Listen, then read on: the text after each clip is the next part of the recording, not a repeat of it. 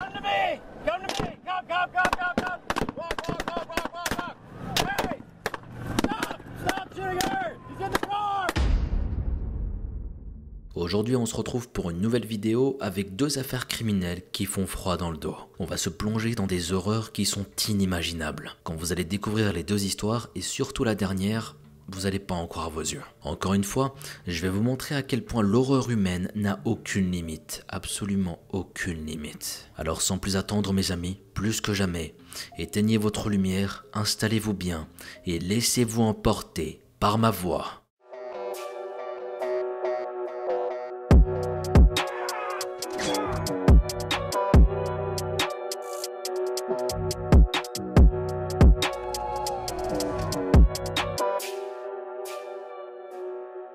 Notre première affaire prend place dans les alentours de Los Angeles, aux États-Unis. Nous sommes en septembre 2022. L'été n'est pas tout à fait terminé pour la ville. Les températures matinales touchent les 25 degrés. L'école n'a pas encore repris pour tout le monde, et les jeunes Américains les plus chanceux profitent encore de leurs derniers jours de liberté. Savannah Malone Graziano est l'une de ces personnes qui prend un peu de temps pour elle avant que les cours ne reprennent. Elle est née le 15 novembre 2006. C'est une adolescente de 15 ans au moment de notre histoire. Elle est la fille de Tracy Melinda Martinez, 47 ans, et d'Anthony John Graziano, 45 ans. Tracy aurait eu un enfant d'une précédente union, car les informations obtenues la concernant indiquent qu'elle a eu 2 enfants, mais on ne renseigne que la paternité de Savannah à Anthony. Sinon, c'est pour la sécurité de ce second enfant qu'on n'a aucune information sur lui. La famille réside à Fontana, une ville dans les environs de Los Angeles. Tracy est préparatrice en pharmacie depuis 15 ans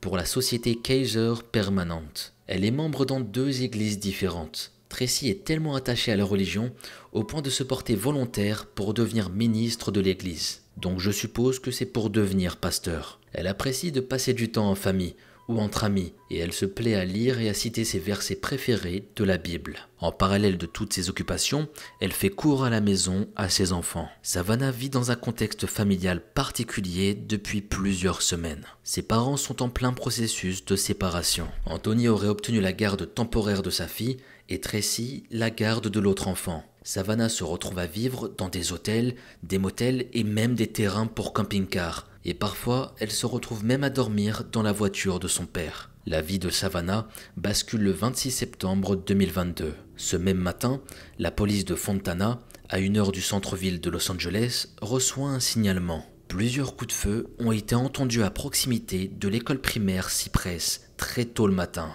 Il était environ 7h30 et tout ça a provoqué un vent de panique dans le voisinage et au sein des murs de l'école. En se déplaçant, il tombe sur Tracy Martinez qui est mourante. La femme a reçu de nombreuses balles et elle sait qu'elle ne va pas survivre longtemps. Tracy fait un effort surhumain pour ses derniers instants de vie et elle raconte comme elle peut ce qui s'est passé. C'est Anthony Graziano, son mari, de qui elle est séparée, qui lui a tiré dessus. Ils se sont disputés dans la voiture de ce dernier, en présence de leur fille Savannah. Elle a quitté le véhicule et c'est là qu'Anthony lui a tiré dessus. La voiture est ensuite partie en la laissant sur place. Tracy perd la vie peu après, à côté de cette école primaire qu'elle avait fréquentée quand elle était enfant. Les autorités lancent un avis de recherche concernant Anthony qui semble avoir disparu. Savannah, la fille du couple, a elle aussi disparu. Le lien est rapidement fait concernant toutes ces situations. Les autorités suspectent Anthony Graziano d'avoir enlevé sa fille suite au meurtre de son ex-femme. Le signalement sur le véhicule du fuyard est fait auprès de toutes les autorités et également de la population locale. Anthony conduit dans un pick-up de modèle Nissan Frontier blanc de 2017, immatriculé en Californie. L'homme est considéré comme dangereux, non seulement à cause de la nature de sa fuite, mais également car il est en possession d'au moins une arme à feu. Une alerte Amber est déclenchée dans le but de retrouver la trace de l'adolescente. Ici, je n'ai pas évoqué le deuxième enfant mentionné un peu plus tôt, mais je suppose qu'il a pu être récupéré et recueilli par ses proches. En tout cas, il ne fait pas partie de l'expédition d'Anthony et de Savannah. Le matin du 27 septembre, le lendemain de la mort de Tracy, le bureau du shérif reçoit un appel. Un pick-up correspondant au signalement des autorités a été repéré sur l'autoroute à Barstow, en direction du sud. Les autorités prennent rapidement la route pour rattraper le suspect. Et c'est ce qui va se passer. Le pick-up est repéré dans la rue principale de la ville d'Hesperia, à 40 minutes de route de Barstow. De nombreux échanges de tirs surviennent dans la rue entre le véhicule du suspect et les adjoints du shérif. Plusieurs témoins assistent à la scène, prenant des proportions importantes jusqu'à ce que le pick-up prenne de nouveau la fuite. Les adjoints du shérif sont désormais sur les talons d'Anthony et de Savannah. Le véhicule accélère, atteignant une vitesse de 75 km/h. Ici, c'est pour vous donner une idée de la tension que peut provoquer une course-poursuite. Et même sur la route, les véhicules des autorités reçoivent plusieurs impacts. Quelqu'un leur tire dessus depuis la fenêtre arrière. Le véhicule dévie la trajectoire habituelle et prend une route un peu plus sinueuse dans l'idée de semer la police. Mais c'était peine perdue car d'autres voitures du bureau du shérif se trouvent sur sa trajectoire et lui barrent la route. Là, il n'est plus possible de fuir. Ils étaient dans un cul-de-sac. Les autres usagers de la route ont été entre-temps redirigés dans d'autres directions afin d'éviter cette portion de route, permettant ainsi aux autorités d'agir. Savannah passe la portière peu de temps après l'immobilisation du véhicule. La fille est dehors, elle est dehors côté passager. On peut entendre ses voix dans les radios des divers agents sur place. Savannah se dirige vers les officiers qu'elle voit et qui l'appellent. « Allez, viens ici vers moi. Viens ici, viens. Marche, ne t'arrête pas. » C'est ce que lui indique un agent. L'adolescente s'accroupit quelques secondes sans vraiment bouger, certainement pour analyser la situation. Malheureusement, elle ne parviendra pas à rejoindre les autorités. Savannah se fait tirer dessus et s'effondre. Quand elle tombe, on entend une phrase déchirante qui traverse l'endroit. « Arrêtez de lui tirer dessus !» C'est l'agent qui incitait l'adolescente à la rejoindre qui la prononce. Le véhicule d'Anthony est encerclé. L'adolescente est secourue par plusieurs agents et une ambulance est prévenue en urgence. Anthony Graziano a également été abattu par les autorités, sans que je ne puisse vous dire si c'était avant ou après que sa fille ne soit elle-même atteinte par une balle. L'homme était âgé de 45 ans au moment de son décès. Savannah est conduite à l'hôpital le plus proche, mais les blessures sont trop importantes. Le personnel médical est incapable de secourir la victime. Quelques minutes plus tard, elle succombera de ses blessures. En l'espace d'une journée, une famille entière a perdu la vie. L'endroit est bouclé, permettant aux autorités de faire leur travail. Le véhicule d'Anthony est contrôlé avec minutie après l'évacuation du corps d'Anthony et de sa fille. C'est un véritable arsenal qui se présente face aux autorités. Il y a plusieurs gilets pare-balles et armes à feu. Les munitions se comptent par centaines. Un autre article sur lequel j'ai pu tomber renseignait une unique arme à feu. Anthony était en capacité de riposter. Shannon Dicus, le shérif du comté de San Bernardino, où le drame a eu lieu, donne une conférence de presse concernant les récents événements. Le shérif fait part aux journalistes que Savannah portait un équipement tactique au moment de son décès. Et un équipement tactique, pour vous faire une idée, c'est un équipement militaire en quelque sorte. Un équipement très spécifique. Savannah portait un casque ainsi qu'un gilet de style militaire, ce qui correspond avec les éléments retrouvés dans le véhicule de son père. Les agents n'ont pas tout de suite reconnu Savannah sous cet équipement, ce qui peut être compréhensif dans le contexte. Savannah n'est disparue que depuis la veille, et son portrait n'est diffusé que depuis quelques heures seulement. Il n'était pas exclu que la jeune fille possédait elle-même une arme à feu sur elle au moment où elle quittait la voiture de son père. Les autorités n'ont pas renseigné qui entre Anthony et eux ont commis les coups de feu fatals à la jeune fille. Car je vous le rappelle, ici on fait face à une scène de film. Des tirs partout et tu peux te prendre une balle à n'importe quel moment et par n'importe qui. Une enquête débute afin de comprendre les circonstances de la tragédie, à commencer par la mort de Tracy Martinez, la mère de Savannah. La situation familiale se révèle. Tracy était séparée de son mari Anthony. Même si le processus a été enclenché, Tracy et son mari n'avaient pas déposé de demande de divorce officielle. Comme Tracy a pu le mentionner avant son dernier souffle, elle a connu la mort après un conflit conjugal. Le voisinage, ayant assisté au meurtre de la mère de Savannah, est entendu. L'un d'eux raconte comment Anthony a traversé la rue en tirant sur son ex-femme alors qu'elle fuyait. L'homme a atteint plusieurs éléments, des arbres, des maisons, avant que certains n'atteignent sa cible. Ce témoin pense même qu'Anthony a continué de tirer alors que Tracy se trouvait à terre, grièvement blessée. De nombreux mois passent, laissant le mystère s'installer. Ce terrible événement ne fait plus parler. Cependant, l'affaire n'est pas oubliée et elle va faire beaucoup parler d'elle dans les médias. Le 2 avril 2024, un an et demi après le meurtre, on découvre la vidéo de l'hélicoptère ayant suivi la course-poursuite entre les agents du shérif et la voiture d'Anthony Graziano.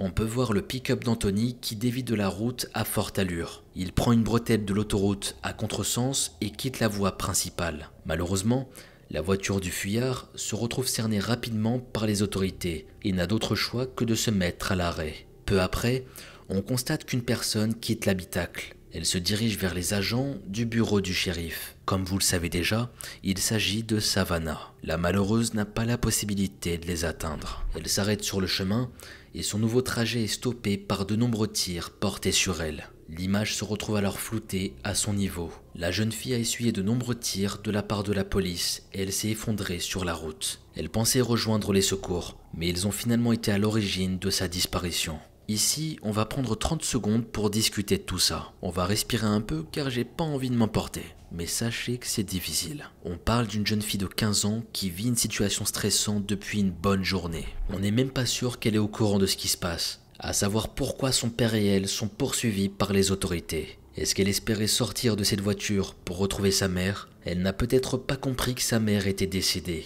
Ici, je comprends même pas comment une personne, un agent de police, s'est dit qu'il fallait tirer. Et il l'a fait. Savannah devait avoir peur, et cela devait se voir sur son visage. Ici, on a le shérif Shannon Dicus qui va dire la phrase suivante. J'espère que cette vidéo sera vue dans son intégralité et apportera des éclaircissements sur les malheureux événements qui se sont déroulés. Les adjoints du shérif ont déjà manqué à leur devoir de protéger la population quelques semaines avant la publication de la vidéo. Un adolescent autiste de 15 ans a subi un sort similaire à celui de Savannah. Il a été tué par les adjoints du shérif alors qu'il se trouvait en crise. Seiji Watt, l'oncle de Savannah, s'exprime dans la presse concernant la tragédie vécue. Il indique que la diffusion de cette vidéo est une bonne chose, si elle peut permettre aux autorités de revoir leur formation et mode de fonctionnement lors de prise d'otages. La perte de sa nièce a été un choc terrible, et tu m'étonnes. Si les autorités ont fait feu sur elle, ils n'écartent pas pour autant la responsabilité de son père dans cet acte. Seiji décrit Anthony comme abusif et manipulateur. Il est la cause de tout ce malheur, en commençant par le meurtre de son ex-femme, Savannah. Ici, j'aimerais vous partager ma théorie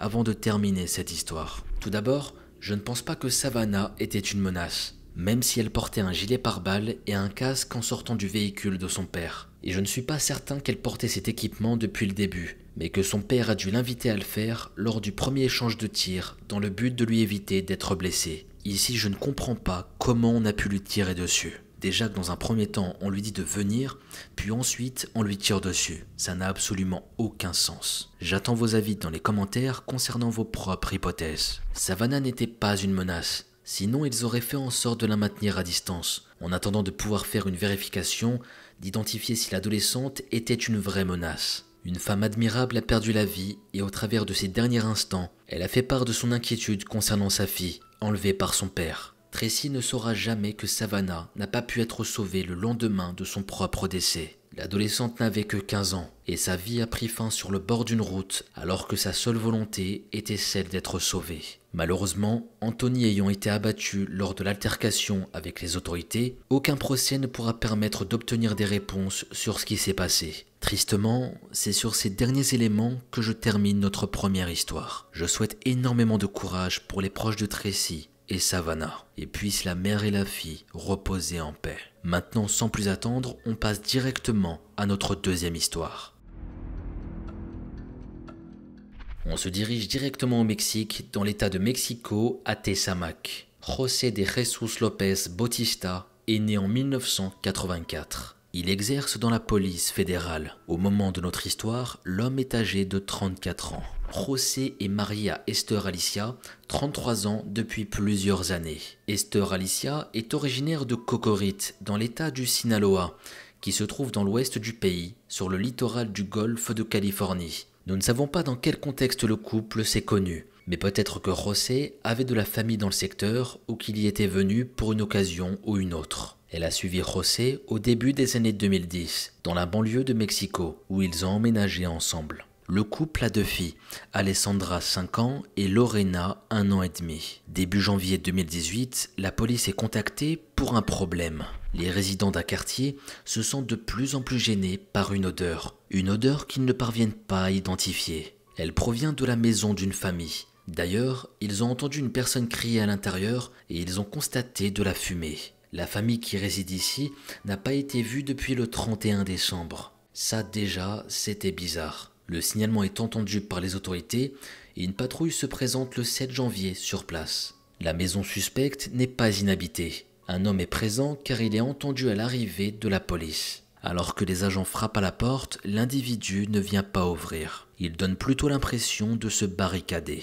Pire encore, il remarque que de la fumée commence à sortir de la maison. Les policiers entrent sans plus attendre et interceptent l'homme qui se trouve à l'intérieur. Comme il a déclenché un incendie dans une pièce de la maison, les pompiers sont obligés d'intervenir. Ici, je vous préviens, petit disclaimer, les choses que je vais raconter par la suite sont horribles. Il y a des choses très choquantes, donc je préfère vous prévenir. Les pompiers interviennent et maîtrisent le départ du feu. La fumée a envahi les lieux et il faut un peu de temps pour que le domicile devienne praticable pour les policiers. La fouille débute quand la zone est sécurisée. La maison du suspect est fouillée par les enquêteurs. Le désordre règne, mais cela ne les interpelle pas, compte tenu de l'état mental dans lequel ils ont trouvé le suspect. C'est une véritable scène d'horreur qui attend les agents de police venus sur place. Les corps de la mère et de ses 2 filles ont été démembrés. Ils sont en état de décomposition avancée dans une chambre de la maison, sur le lit. On constate également que certains membres ont été abîmés par le feu.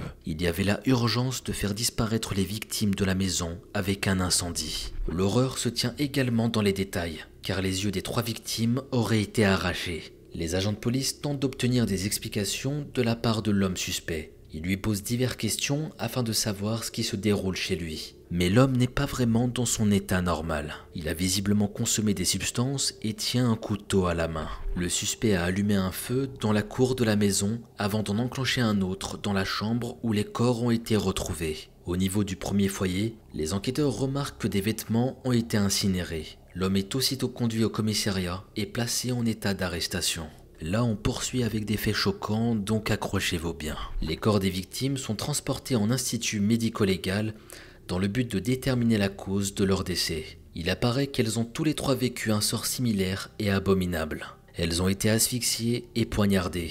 La mère de famille a eu la tête tranchée. La fille aînée a eu le ventre ouvert. Ses organes ont été retirés et placés dans un seau.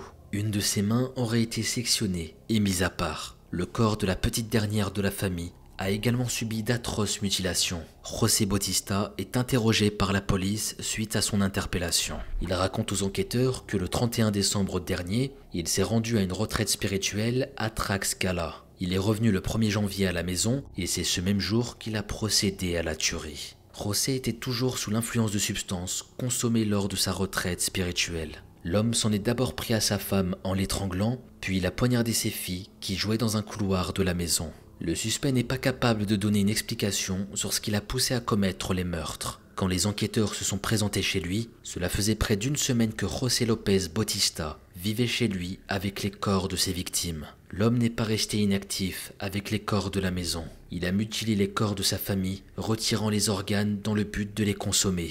José Bautista a tenté de dissimuler l'odeur des corps en décomposition en vaporisant de la chaux et du chlore dessus. Il a également recouvert ses victimes à l'aide de couvertures, un moyen de plus pour ne plus affronter son crime. Cependant, les précautions prises par le meurtrier ne sont pas suffisantes. Les voisins ont commencé à être suspicieux envers le domicile de la famille. L'homme avoue d'ailleurs qu'il envisageait de mettre le feu à la maison quand son arrestation est intervenue. Il était déjà en train de faire disparaître des preuves. Les proches de la famille sont avisés des événements. La mère d'Esther Alicia est sous le choc. Elle s'était inquiétée de ne plus avoir de nouvelles de sa fille ces derniers jours, et elle s'était rapprochée des proches de cette dernière afin d'en obtenir. Elle avait tenté de prendre contact avec son gendre à plusieurs reprises, et l'homme a ignoré bon nombre de ses appels. Les rares fois où elle a pu le joindre, José lui répétait qu'Esther et ses filles avaient quitté la maison. La mère d'Esther s'était alors tournée vers les autorités afin d'avoir de l'aide. C'est finalement le signalement des voisins de la famille qui a permis de faire la sinistre découverte. L'opinion publique est sous le choc face à la révélation de cette affaire. D'autant que rien ne laisse présager un tel drame pour les victimes. La famille était apparemment sans histoire. Elle ne se faisait pas spécialement remarquer. Le fait que le principal suspect soit à la fois le père de famille et un représentant des forces de l'ordre ajoute dans le macabre. José López Bautista n'a pas seulement tué sa femme et ses filles, il a également profané leur corps en les démembrant. Les spéculations vont bon train à propos du meurtrier, n'hésitant pas à l'accuser de cannibalisme et à le surnommer le cannibale de Tessamak. Si l'homme a avoué rapidement les meurtres et dans quel contexte ils sont survenus, il n'a jamais admis avoir eu l'intention de tuer les membres de sa famille, dans le but de consommer leur chair. Là, on est vraiment sur une sorte de fascination, de fantasme des médias, qui tentent à tout prix de trouver une raison à ces meurtres. On ne va pas cacher le fait que les médias et la presse donnent le maximum pour attirer leur public, en donnant des surnoms aux meurtriers qu'ils correspondent ou non avec la réalité des événements. On veut clairement faire entrer José López Bautista dans une case en le diabolisant davantage. Et on n'en a jamais parlé, mais je trouve qu'à partir du moment où on donne un surnom à un tueur ou une tueuse,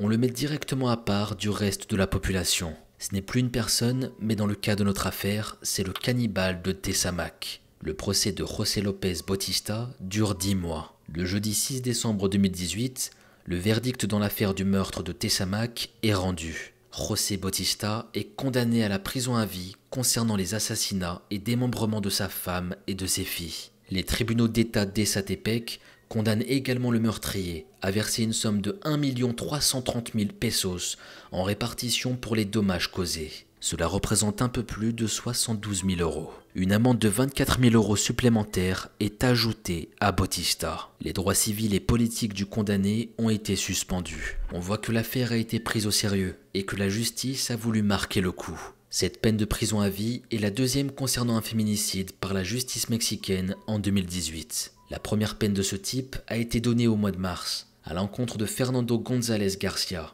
L'homme avait commis l'assassinat de 2 femmes du côté de Naucalpan en septembre 2016. José Bautista serait aujourd'hui incarcéré au centre pénitentiaire et de réinsertion sociale d'Ecatepec. Esther Alicia et ses 2 filles, Alessandra et Lorena, ont été identifiées comme étant les premières victimes de féminicide de l'année 2018 dans l'État de Mexico. Qu'elles puissent reposer en paix. Elles n'ont rien demandé, elles voulaient simplement vivre, mais elles ont fini massacrées par le chef de famille.